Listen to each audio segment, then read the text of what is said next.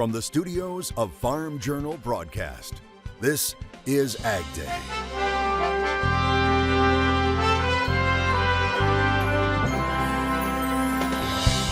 Planning ahead. To find out what would be the best strategy once my husband and I are gone. Advice from the experts when it comes to farm succession. Battling back from drought. But it's been dry like this for almost a year. What Kansas winter wheat farmers are facing as a new weather threat looms on the horizon. In the hot seat, EPA wants to dictate what producers grow and how to grow it. EPA director faces tough questions in front of the House Ag Committee on several key issues. His response right now on AgDay. Good morning, I'm Clinton Griffiths. The EPA is once again under fire for its regulatory action regarding agriculture. During a House Ag Committee hearing on Wednesday, Administrator Michael Regan took fire from lawmakers who accused the agency of not regulating in the best interest of farmers and ranchers. AgDay's Michelle Brook recaps the debate. Clinton, this is not the first time EPA has been accused by lawmakers of both parties of carrying out an anti-agriculture agenda when it comes to their decisions on regulatory policy. The best and most recent example is the agency's push to rewrite the Waters of the U.S. rule. House Ag Committee Chairman G.T. Thompson used that as the centerpiece of his opening statement, saying EPA has charged ahead with the WOTUS rule that could be overturned by the Supreme Court and has just been blocked in 26 states. He says the agency has no regard for stakeholder input on regulations and instead has just increased regulatory uncertainty for farmers and ranchers. From my vantage point, it appears EPA and USDA are not only playing in one another's sandbox, but are perpetuating wrong-headed priorities. EPA wants to dictate what producers grow and how to grow it, and USDA is laser focused on expanding funding and policies related to climate. Historically, EPA has overregulated the agriculture industry, and this continues today, whether it be the war against crop protection tools, regulatory whiplash about what defines the waters of the United States, or WOTUS, or a top-down prescription of electric vehicles. Now, Thompson point blank asked Administrator Regan about who in the White House is calling the shots on EPA's decisions that blatantly undermine farmers and ranchers. Well, I can say that, the White House has delegated that authority to me. I am the regulator. I've been focused on designing these regulations. And as far as our regulations are concerned and our litigation strategies, I do those as the administrator in consultation with Secretary Vilsack. And then we apprise the White House of when and how we're going to make these decisions. I, fortunately, have not had any fingers on the scale as it relates to doing the business of EPA when it relates to our agriculture practices. Regan also defended the agency's policies, saying biofuels policy, crop protection, and other regulations are driven by past court decisions and guidance, plus the rewrite of the WOTUS rule was an attempt to eliminate uncertainty for agriculture and all its stakeholders. Plus, when pushed by lawmakers, Regan reiterated that EPA is using sound science, not political science, to make regulatory decisions under FIFRA and the Endangered Species Act regarding crop protection products such as atrazine and chlorpyrifos. All right, thanks, Michelle. We're also following right now a large weather system that's pushing across the country. The storm has the potential to bring up to 3 inches of rain up and down the Mississippi Basin, but in northern areas that could mean snow. The concern, though, is in the dry southern side of that storm, bringing windy, dry, and more blowing dust along with the threat of wildfires, and that's bad news for the winter wheat crop. I've talked to some producers indicating that they are expecting visits soon from the insurance folks to potentially zero out some of these crops. Now, earlier this week, USDA was reporting nearly 40% of the winter wheat was in poor to very poor condition in key growing areas. Hardest hit is Kansas, the largest winter wheat producing state. Now, forecasters are warning of widespread freeze over the weekend, causing more potential damage to winter wheat in the plains. Farm Journal's Ty Morgan talked with producers in Kansas who say the crop is already struggling to survive. We are ready to plant, but because it's so dry, we have not. Doug Kiesling is playing the waiting game with his farm ground this year near Lyons, Kansas. In central Kansas, it's been pretty dry. The latest U.S. drought monitor shows 43% of the state is seeing the most severe level of drought, as dry conditions are variable across the state. We had some wheat that did, in severe cases, that did not germinate until January or February when there was a light snow. Kansas Wheat Commission says wheat growers across much of the state are worried about their wheat crop. Wheat is a pretty resilient crop, so it can hold on in some dry conditions. but especially as you get closer to Southwest Kansas, a lot of it just didn't emerge in the fall. And coming out of dormancy, it needs some moisture to start growing again, and it's just not receiving any of that moisture that it needs. This is probably one of our, weakest crop progress reports for conditions in 40 years. I mean, this is tied with 1996 in some states. And 1996 was a pretty poor year for wheat producers. University of Missouri Extension economist Ben Brown says the eastern half of the country is seeing strong wheat conditions, with more farmers in states like Illinois, Ohio, and Michigan potentially taking that crop to harvest. On the other side of the scale, I wouldn't be surprised to see some pretty strong abandonment in places like the Panhandle of Texas, Oklahoma, and Southwest Kansas. Kiesling isn't sure just how much of his crop will need to be abandoned, as he says it's just too early to know. But across the state, severe drought-stricken fields aren't showing much promise. I think there's no question there's going to be some abandonment, probably higher than a lot of years, because that wheat just isn't up and it's not growing. As Kansas farmers work to provide the wheat needed for the rest of the world, Kiesling says the reality is tough, but the drought hasn't completely wiped out hope of producing at least some type of crop this year. Farmers as a whole have a lot of faith that there will be rain. And so I'm trying to be as optimistic as I can, even though sometimes some of these conditions behind us don't always look it. We have faith that we will get rain. All right, thanks, Tyne. And you can see how Kansas is faring right now when it comes to topsoil moisture, sitting at 78% short to very short. A similar story in Oklahoma and Texas. Those same areas dealing with difficult range and pasture conditions as well. Certainly the numbers we see coming in from the Central and Southern Great Plains are rivaling some of our worst drought years. If you look at the numbers this week, April 16th, pasture conditions coming in from the Southern Plains, we see 58% rated very poor to poor in Oklahoma, closely followed by Texas at 57%. You have to remember that's a statewide value. Oklahoma is pretty well split between wet conditions in the southeast and punishing drought in the northwest. There's a line pretty much down I-44 that separates that area. So there's some really rough pasture and rangeland conditions across the northwestern half of the state. Now, Rippey says it's a similar story in Texas, where drought conditions are much better in the eastern part of the state. Meteorologist Matt Engelbrecht is tracking that big storm we've been talking about as it pushes across the country. He joins us with the very latest.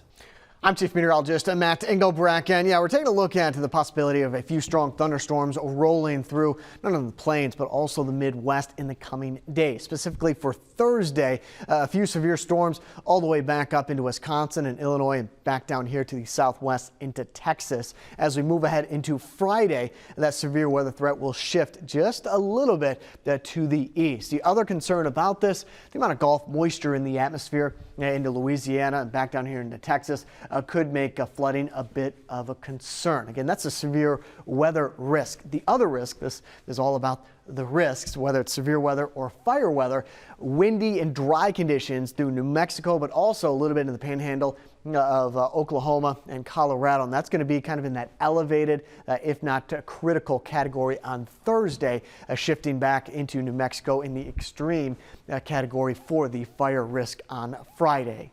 And planters are rolling in Aurora, Nebraska. Michael sharing this beautiful video, saying it was a nice afternoon to start plant 23. Great to see, and we wish you a terrific season. I'll have more on your forecast in a bit. Ukraine says grain inspections under the Black Sea grain deal are resuming. Officials say the inspections resumed after 2 days of discussions between Kyiv and Moscow. Ukraine's agriculture leaders say Russia was increasing difficulties for Ukraine at a time when 3 Eastern European countries have banned imports of Ukrainian grain and food products. Poland reached an agreement earlier this week to unblock transit of Ukrainian grain starting tomorrow. The original grain deal was set up between Russia and Ukraine last July to help prevent a looming global food crisis. An extension of the deal is scheduled to run out May 18th. That news out of Ukraine impacting wheat markets in part on Wednesday. We'll have details coming up next in analysis. And later we're off to Tennessee to see how extension experts are helping farm families leave a legacy for the next generation in the country. AgDay is brought to you by Lamar's Toy Store, the largest and most diversified farm toy store in the U.S. They have new and old and do restorations and customizations too. You need to see it to believe it. Visit lamarstoystore.com or call us at 712-546-4305.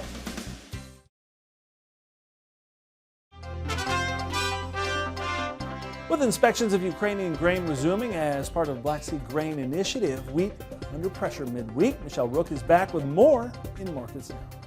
Well, grain markets were down on Wednesday. Don Rose, U.S. Commodities, joining us with analysis. And Don, grains under pressure as we kind of had a risk-off day on Wednesday, didn't we? Yeah, we most definitely did. We kind of unwound some of the bullish stories that we had here over the last few days.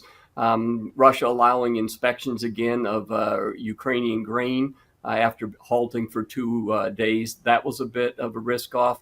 Then we had the weather. Looks like we have better weather pattern, more rain possibly in the wheat area. So that was one. And I think we really looked at the weather as recharging the soil moisture, subsoil as more of a positive for production than we did anything else. So most definitely risk off, along with the outside markets were also commodity not friendly.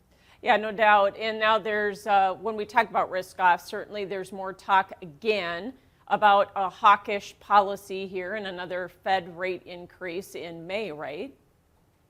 Yeah, I think when you look at it so far, the Fed, is still struggling. They're still trying to get the inflation down to 2%, a long ways away. So I think the rate hike, certainly if you look at the producers' operating money, it's, substantially higher than it was a year ago. So all this is a slowdown. Actually, that helps put more grain in the pipeline faster than normal, Michelle. You bet. So risk off weather and then Ukraine resuming exports, that also kind of weighed on futures, didn't it, in the grains? Yeah, it is. And I think it's one of these, is it a market, Michelle? The seasonals are still positive on the market. So is it one with the technical still mostly positive? We ran into resistance setback. Are we going to respect the weather and the seasonals going forward? And we remember we still have that Ukrainian export corridor 30 days before we find out if that's going to end or go forward again. All right. Well, thanks for joining us. Appreciate your time. Don Rose, U.S. Commodities. And we have full analysis for you at agweb.com. We will have more Ag Day coming up.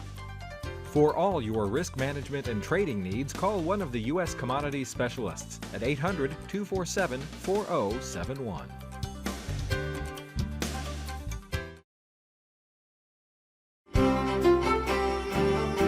AgDay Farm Country Forecast is brought to you by Calhoun Superstructure, engineered fabric buildings serving the agriculture and fertilizer industries for over 30 years. Visit calhounsuperstructure.com/AG.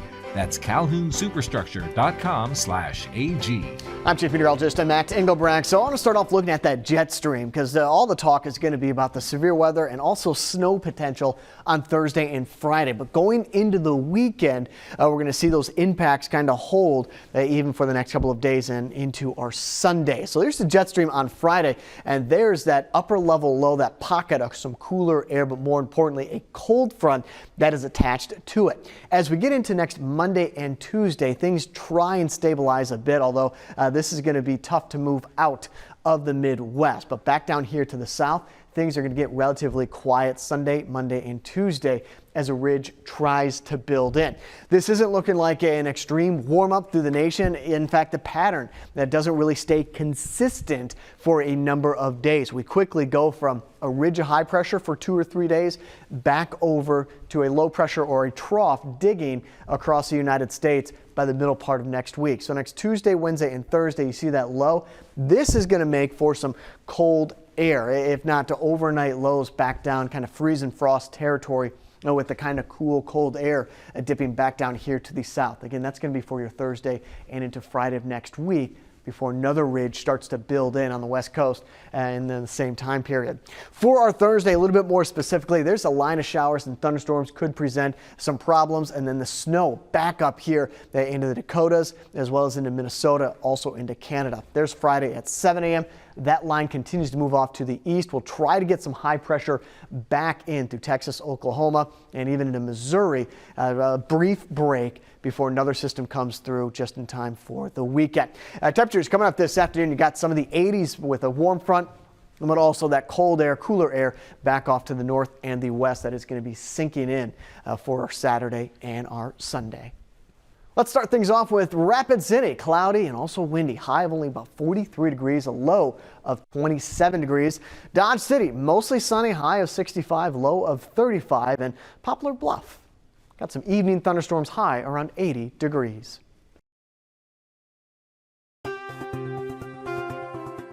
Profit margins for cattle and hog producers seem to be heading in opposite directions these days. Cash cattle and wholesale beef prices move higher for the fourth consecutive week.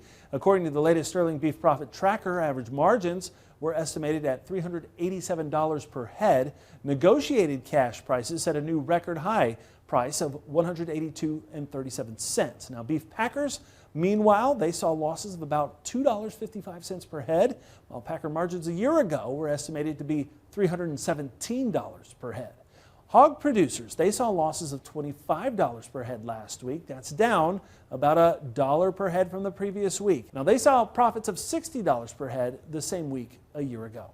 Happening right now, the Grassland Conservation Reserve Program sign-up is underway. Officials with FSA say it is a working lands program that provides producers the ability to graze or forage land while also receiving an annual payment for conserving use. Current grassland CRP acreage participation is at 6.3 million acres, with 3.1 million accepted last year under the program. That's the highest ever acreage enrollment. And so we're really looking for a good sign up on Grassland CRP. CRP was one of our largest voluntary conservation programs that we have. And you can sign up through Friday, May 26th.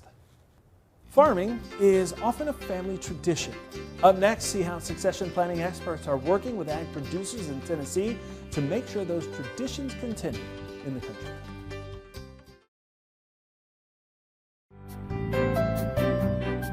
In the Country on Ag Day is brought to you by Pivot Bio.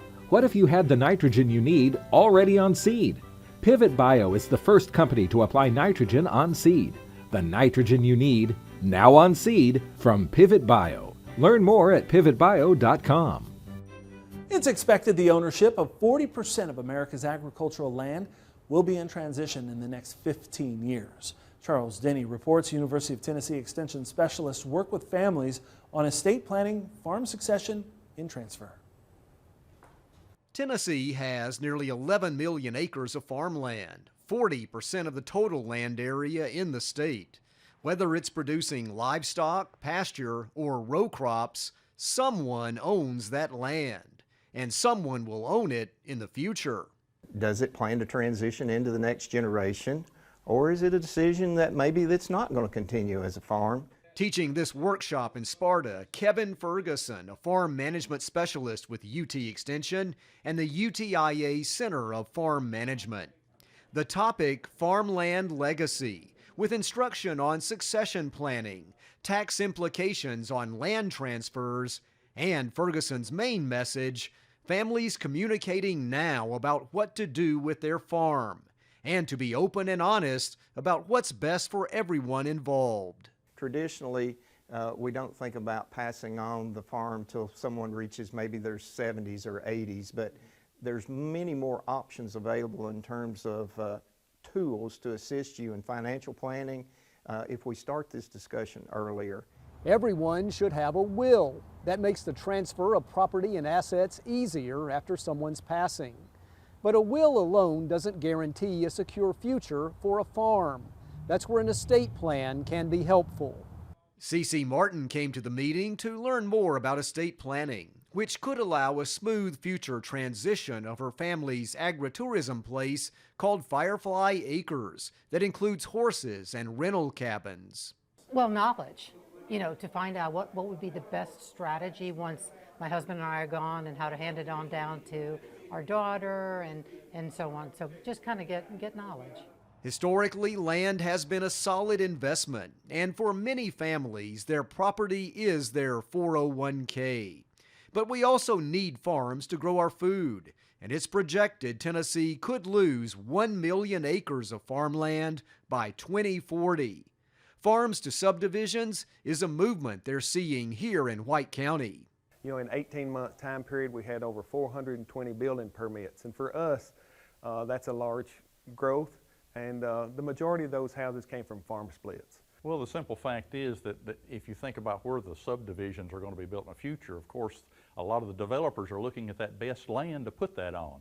No one can blame someone for selling property, but when it comes to farms, it might be nice to see families keep some traditions going. This is Charles Denny reporting.